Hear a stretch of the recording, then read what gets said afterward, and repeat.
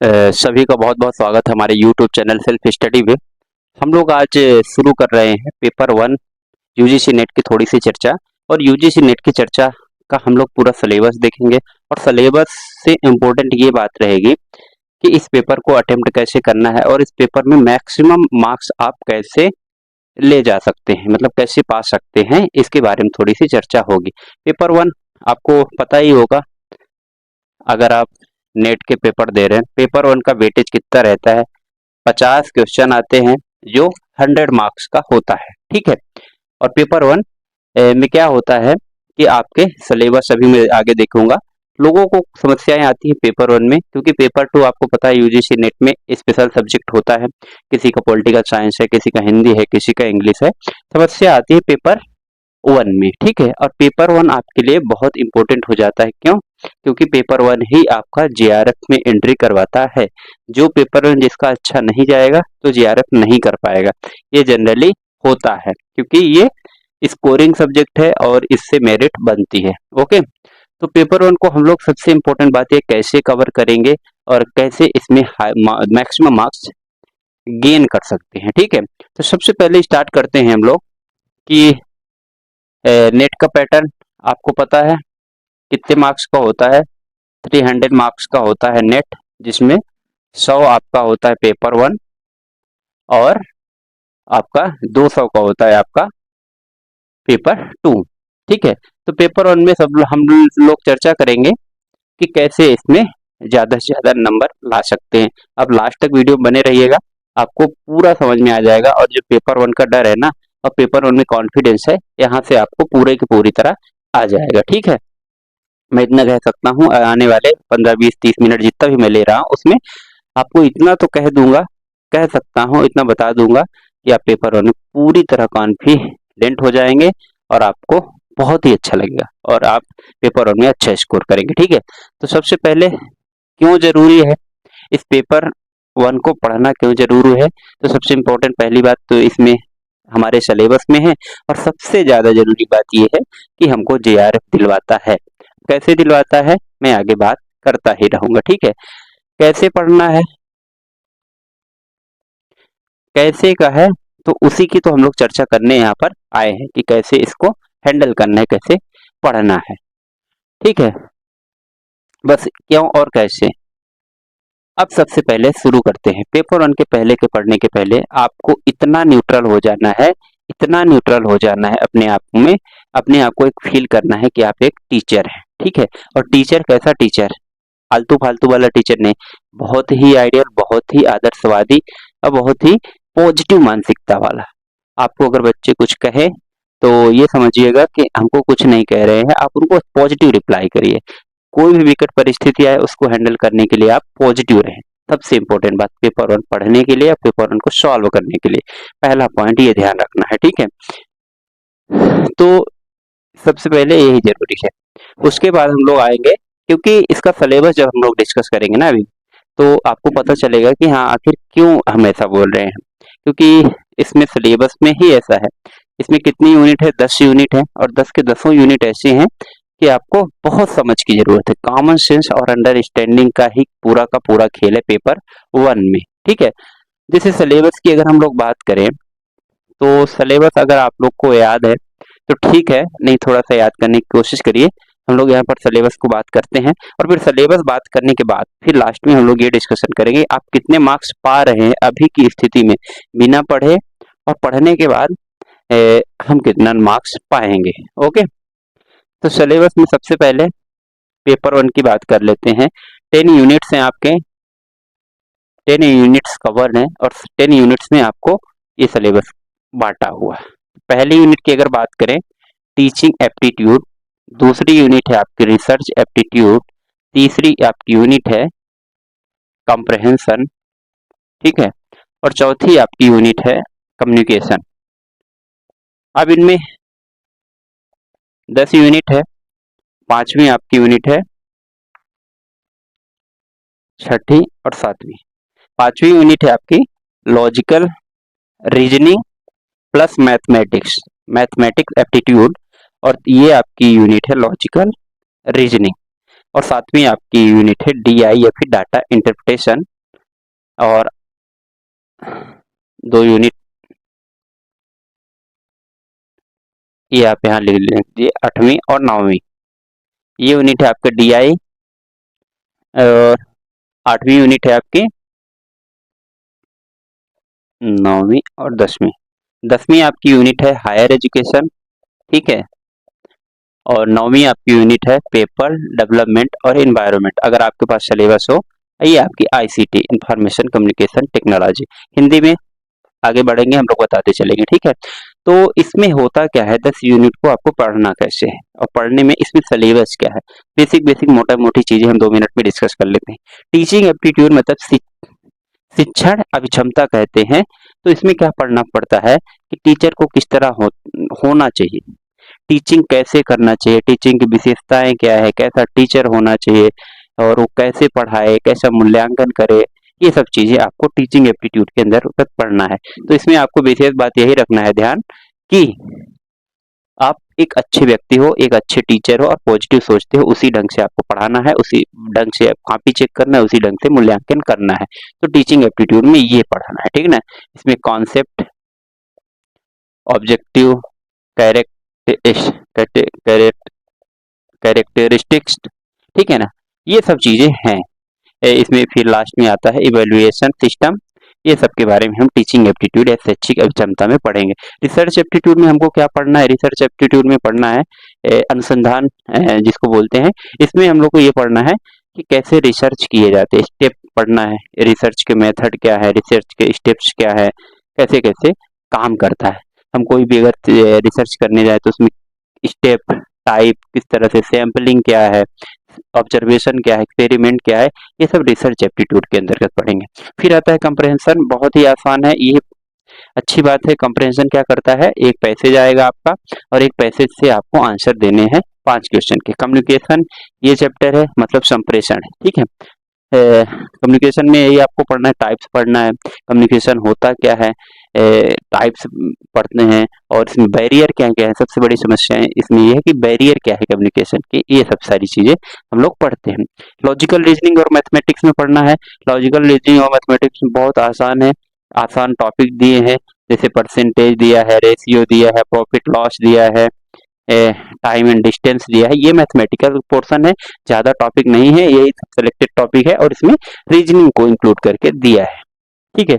Logical reasoning ये वाला, इसमें मोस्टली मेन इंपोर्टेंट है साइलोगिज्म, ठीक है, न्याय निगमन प्रणाली को पढ़ना है, ठीक है।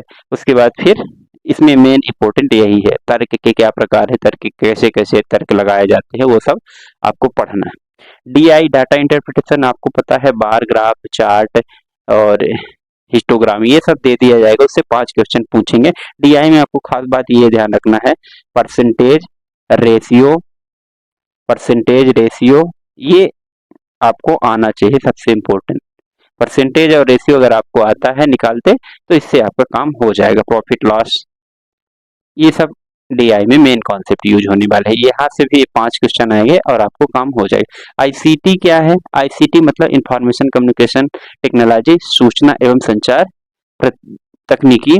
इसमें क्या है, कंप्यूटर के बारे में बेसिक पढ़ना है, कंप्यूटर पढ़ना है, टाइप्स ऑफ कंप्यूटर पढ़ना है, और इसमें इंटरनेट पढ़ना है। गवर्नेंस में ICT का क्या यूजेस है, ये हम सब लोग ICT में पढ़ेंगे, ओके। हाँ, आप बहुत आसानी से कर लेंगे। PDE क्या है, PDE मतलब पीपुल डेवलपमेंट एनवायरनमेंट, लोक विकास और पर्यावरण। इसमें कुछ नहीं पढ़ना है ज्यादा, आपको MDG है, SDG है, millennium development goal, sustainable development goal है, इन्वायरमेंट के बारे में पढ़ना है, ठीक है। प्रदूषण के बारे में पढ़ना है, वायु हो गया, फिर उसके बाद ध्वनि प्रदूषण, जल प्रदूषण, ये सब इसमें पढ़ना है। इसमें समिट वगैरह पढ़ना है, तो बहुत आसान है, आप हमेशा से पढ़ें। हायर एजुकेशन में ऐतिहासिक जो पहले के इंस्टीट्यूशन है उनके बारे में सबसे मेन इंपॉर्टेंट पढ़ना है कि एंशियंट टाइम में कौन कौन से प्राचीन पद्धतियां थी, ठीक है।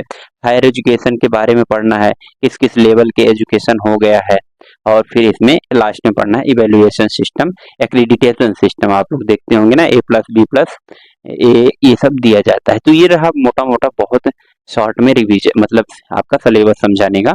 अब इसमें ये समझिए कि पर जो टॉपिक है ना, पर टॉपिक से लगभग 5 क्वेश्चन आना फिक्स है। कभी कभी ऊपर नीचे हो जाता है, बट मोस्टली यही होता है। 50 क्वेश्चन में 5 क्वेश्चन 5 क्वेश्चन 5 क्वेश्चन डिवाइड रहते हैं। ठीक है, उसके बाद लगभग ये तय है। फिर आप ये समझिए कि इसको हम लोग पढ़ेंगे कैसे और कैसे इसमें नंबर ला सकते हैं। तो सबसे साधारण सी बात यही है कि अगर आप ये जो सभी यूनिट है, मैं ये बताता हूँ, आप अगर कुछ भी नहीं पढ़ के गए, कुछ भी नहीं पढ़ के गए ना, कुछ भी नहीं पढ़ के गए, तो ये समझिए इस यूनिट में आपके 3 मार्क्स और रिसर्च एप्टीट्यूड 3 मार्क्स, 3 मतलब क्वेश्चन, और इसमें 4, कम्युनिकेशन में 3, और लॉजिकल और मैथमेटिक रीजनिंग में 3, इसको 2 ही मान लीजिए। ठीक है, और लॉजिकल और साइलोगिज्म में 3, डीआई तो आपका 3 तो बन ही जाएंगे, और ये आईसीटी वाली यूनिट से 3, पीपल डेवलपमेंट 3, और इससे 3। इसका मतलब मैं ये कह रहा हूँ कि सारे यूनिट से आपके 3-3 क्वेश्चन सही हो रहे हैं। 3-3 क्वेश्चन सही हो रहे हैं, कैलकुलेशन यहाँ पे समझिए, तो 3 इंटू 10 मतलब 30 मार्क्स आपके आएंगे। नॉर्मली आप केवल अटेम्प्ट करने जाते हैं तब। ठीक है, क्योंकि आप, मैं ये उम्मीद करके चलता हूँ, यूजीसी नेट का पेपर दे रहे हैं, पोस्ट ग्रेजुएशन आपने कर लिया है, तो इतना तो समझ है ही कि पेपर को कैसे अटेम्प्ट करना है। ठीक है, तो 30 मार्क्स आपके आना ही आना है, कोई बिना समस्या के आ ही जाते हैं। मैं ये जानता हूँ बहुत लोगों को कि पहली बार ऐसे ही पेपर के 25, 27, 28, 30 नंबर आ जाते हैं। ठीक है, अब समस्या इस बात की है कि हमको इसको बढ़ाना है, इसको 32 करना है, 40 मार्क्स, 40 मार्क्स करना है। तो इसके लिए क्या करना पड़ेगा? इसके लिए बहुत आसान तरीका है। बहुत आसान तरीका यही है कि इसको आप बहुत इंटरेस्ट के साथ पढ़ेंगे। ठीक है, और इंटरेस्ट के साथ पढ़ेंगे इन द सेंस कि आप जरा भी एक बार भी गो थ्रू कर लेते हैं, इसको थोड़ा थोड़ा पढ़ लेते हैं। जैसे अभी हमारा ये टारगेट रहेगा, हमारा ये, कि हम लोग अभी जब लास्ट दिन 15 से 20 दिन बचेंगे, तो मैं 1-1 घंटे की आपको मैराथन लाया करूंगा। ठीक है, उस मैराथन क्लास को आप जरूर देखा करिए, उसमें आपको बहुत आसान होगा। मैं 1 घंटे 1.5 घंटे में इसको कवर करने की कोशिश करूंगा। और अभी मैं क्या करूंगा, अभी 2-3 दिन बाद जो हर यूनिट से इम्पोर्टेंट टॉपिक्स हैं, तो मैं ये करने वाला हूँ, एक यूनिट के 5 टॉपिक को उठा रहा हूँ, और उन्हीं 5 टॉपिक से जो ट्रेंडिंग टॉपिक है उनको पढ़ाने की कोशिश करूंगा। ठीक है, तो उससे आपका काम हो जाएगा, यानी कि हर यूनिट का 5 टॉपिक मैं लूंगा, और 5 एकदम इम्पोर्टेंट टॉपिक, उनको आप देख के जाइएगा और आपका काम हो जाएगा। और लास्ट में मैं मैराथन लाऊंगा हर यूनिट की अलग अलग। ठीक है, एक एक 1.5 घंटे। और मैराथन आपको अगर देखना है तो हमारे यूट्यूब चैनल के प्ले लिस्ट में यूजीसी नेट सेट पेपर 1 करके एक प्ले लिस्ट बनी हुई है, उसमें आप जाके देख सकते हैं, पहले भी हमने पढ़ाया।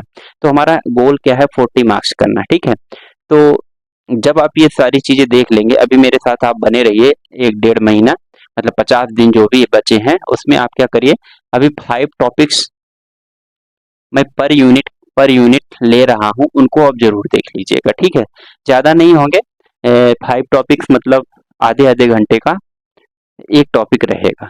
मैं आधे आधे घंटे की क्लास 5 क्लासेस पर यूनिट से डालूंगा, रिकॉर्डेड वीडियो, उनको आप देख लीजिएगा, आपके अच्छे मार्क्स हो जाएंगे। मैं ये कह सकता हूँ बाद में, आप अगर इतना कर लिए कि हमारी ये हर यूनिट की 5 क्लासेस देख लिए, ठीक है ना, मतलब 50 क्लासेस में आपका काम पूरा तमाम हो जाएगा। ठीक है, तो आप इस स्थिति में पहुंच जाएंगे। ये जो 3 है ना, ये कितने में हो जाएगा, ये आपका 4 में कन्वर्ट कर दूं, हो जाएगा। ये 2 है जो, इसको 3 में कर दें, हो जाएगा। कंप्रहेंशन हो सकता है 4 की ही रहे, कम्युनिकेशन ये भी 4 हो सकता है। ठीक है, ए, हर में हर यूनिट में आप एक एक मार्क्स इजाफा हो जाएगा इतना देखने के बाद। आईसीटी ये भी 4 4 सब आप इतना गेन कर पाएंगे कि 4 नंबर एवरेज आप हर यूनिट में पा पाएंगे। अब और एक्स्ट्रा आपको पाना है तो आपका एफर्ट कहेगा, पर हमारे इससे जो मैं 5 हर टॉपिक के 5 वीडियो लाऊंगा, हाई मतलब एकदम भयंकर वाले जो जहाँ से ट्रेंडिंग है उनको देखिएगा, और बाद में आपको 15 दिन 10 दिन मैराथन क्लासेस दूंगा मैं, उनको देख लीजिएगा, ठीक है। तो आपके 40 मार्क्स ये हो जाएंगे, और 40 मार्क्स अगर ये हो गए तो आपका क्या हो जाएगा, कल्याण हो जाएगा, क्योंकि 80 नंबर आप यहाँ ला लेंगे, ठीक है। 80 नंबर आप यहाँ ला लेंगे कितने में, आउट ऑफ 100। इधर 200 में आप कितना भी कम लाएंगे, मैं तो ये सबको मान के चलता हूँ ना कि मान लीजिए आप 60 भी लाए, 60 क्वेश्चन भी सही किए मतलब 120, तो 120 प्लस 180, 200 मार्क्स बहुत अच्छे होते हैं, जीआरएफ भी हो जाता है। ये मैं मिनिमम मान के चला, उससे ज्यादा ही आप पाओगे, 60 नंबर से ज्यादा ही पेपर 2 में पाओगे। तो फिर यहाँ से आपका जीआरएफ का काम बहुत आसान हो जाता है, ठीक है ना। और इसमें ध्यान रखने बात यह है कि इतना कठिन नहीं है पेपर 1 जितना इंसान मानता है। पेपर 1 आसान है, आपने बचपन से ही सब चीजें पढ़ा है, एनवायरनमेंट पढ़ा है, पीपल डेवलपमेंट पढ़ा है, और आप हायर एजुकेशन में हिस्ट्री का ये पोर्शन है, लॉजिकल रीजनिंग, ये सब पढ़ते ही आ रहे हैं। 2 टॉपिक है, रिसर्च एप्टीट्यूड और टीचिंग एप्टीट्यूड, इसको ध्यान देना है बस। ये आपके लिए नया है, बाकी कोई समस्या है नहीं, ठीक है ना। समस्या यहाँ पे आती है, लोग क्या इसको पहले से गिव अप कर देते, इसको ध्यान नहीं देते, पहले से पढ़ते नहीं है और सोचते हैं कि यार बहुत कठिन, नहीं बहुत आसान है, इसको अगर आप कर ले गए तो उधर से लोड आपका कम हो जाता है, पेपर 2 में लोड कम हो जाता है, ठीक है। तो इतनी सी बात है हमारी, और आप 1-2 दिन में ही हम क्लासेस शुरू करने वाले हैं। तो टीचिंग एप्टीट्यूड से हम लोग शुरू करेंगे, और उसके जो हाईलाइटेड है उस पॉइंट से हम लोग शुरू करने वाले हैं क्लासेस। तो उसका आप वेट करिए, 1-2 दिन में हम लोग शुरू करते हैं। आज 3 है तो कोशिश करेंगे कि 4-5 तक हम लोग क्लास को स्टार्ट कर दें, ठीक है। और मेरी कोशिश ये रहेगी कि मैं 20-25 क्वेश्चन के ऑब्जेक्टिव भी आपको दूं शाम को, अगर आप लोग चाहें तो, चाहे क्या मैं दे ही दूंगा। आप शाम को मैं ऑब्जेक्टिव क्लास दे सकता हूँ, 7-8 बजे में दूंगा, ठीक है ना। 20-20, 25-25 क्वेश्चन के ऑब्जेक्टिव दूंगा, अभी से आप करेंगे तो हजारों क्वेश्चन की एक आपके पास सीरीज हो जाएगी, ठीक है। तो बस इतना ही से बात करना था पेपर 1 के बारे में, और पेपर 1 बहुत आसान है। अब बहुत आप लोग क्या टाइम बहुत इसमें लोड नहीं लेना है कि हम पढ़ रहे हैं, आप पेपर 2 को ध्यान दीजिए। पेपर 1 यूं ही मैं करवा दूंगा, इतना ही आप करके चले जाएंगे ना, चाहे पहली बार दे रहे हैं पेपर, चाहे दूसरी बार, तीसरी बार, चौथी बार, 5वीं बार, पेपर 1 का लोड मेरे ऊपर डाल दीजिए, और मैं इतना करवा दूंगा, इतने में ही आपका 40 नहीं, 35 से 40 के बीच में आपका आ ही जाएगा किसी भी हालत में। ज्यादा अगर आपने एफर्ट लगा लिया, आपने अपना सही रखा दिमाग उस दिन, तो आपको क्या हो जाएगा, 40 प्लस भी हो जाएगा, ठीक है। तो इतनी सी बात थी, बहुत आसान बात है। और सबसे पहले सिलेबस को एक बार गो थ्रू करिए, और सिलेबस डिमांड क्या कर रहा है। तो सिलेबस की पहली डिमांड ये है कि आपको अपने आप को फील करना है, यू आर ए टीचर, और आपको अपने आप को एकदम न्यूट्रल रहना है, हमको बहुत पॉजिटिव सोचना है, ठीक है ना। उस हिसाब से इस पेपर को पूरे हल करना है, खासकर teaching aptitude, research aptitude, communication वगैरह, तो फिर आप बहुत आराम से कर ले जाएंगे। अपने दिमाग में एक कागज तैयार करिए, 10 यूनिट का आपको पूरा का पूरा सिलेबस याद होना चाहिए। पूरा का मीन्स कि ये टॉपिक याद होना चाहिए, और आपको ये होना चाहिए, टीचिंग एप्टीट्यूड मैंने अगर बोल दिया तो उसमें क्या पढ़ना है आपको तुरंत दिमाग में आना चाहिए, कि टीचर के गुण पढ़ना है, टीचर की विशेषताएं पढ़ना है, अच्छे टीचिंग की कैरेक्टरिस्टिक क्या होती हैं, इवेल्युएशन क्या होता है, स्वयं क्या होता है, सारा एक बार में रिकॉल हो जाना चाहिए, ये हो जाना चाहिए, ठीक है। बस इतना कर लीजिए, इसीलिए मैं इसको वो कर रहा हूँ। एक बार आप लिख के देखिए, और मैं इतना कह सकता हूँ, आप लोग सब बहुत ही अच्छे बच्चे हैं, और यूजीसी नेट का पेपर दे रहे हैं, ये आपकी पहली ही सोच आपका ये दर्शाता है कि you are thinking for higher education. बहुत अच्छी बात है, कम लोग करते हैं, सोच पाते हैं, लेकिन मैं चाहता हूं कि भारत का हर बच्चा हायर एजुकेशन की ओर जाए, क्योंकि हायर एजुकेशन में समस्या है, और आप जैसे टैलेंटेड बच्चे अगर वहां पर पहुंचेंगे तो दिक्कत सॉल्व की जा सकती है। आप देख रहे हो ना कॉलेज और यूनिवर्सिटीज के लेवल क्या है इस समय। तो मैं यही चाह रहा हूँ कि आप लोग आगे बढ़े, और यूजीसी नेट क्रैक करें, सेट क्रैक करें, और हायर एजुकेशन में अपना कंट्रीब्यूशन दे। मेरे साथ बने रहिए, मैं इन 40-50 दिन में आपका काम करवा दूंगा पेपर 1 से रिगार्डिंग, ठीक है। तो मिलते हैं फिर नेक्स्ट वीडियो में, तब तक के लिए नमस्कार, जय हिंद।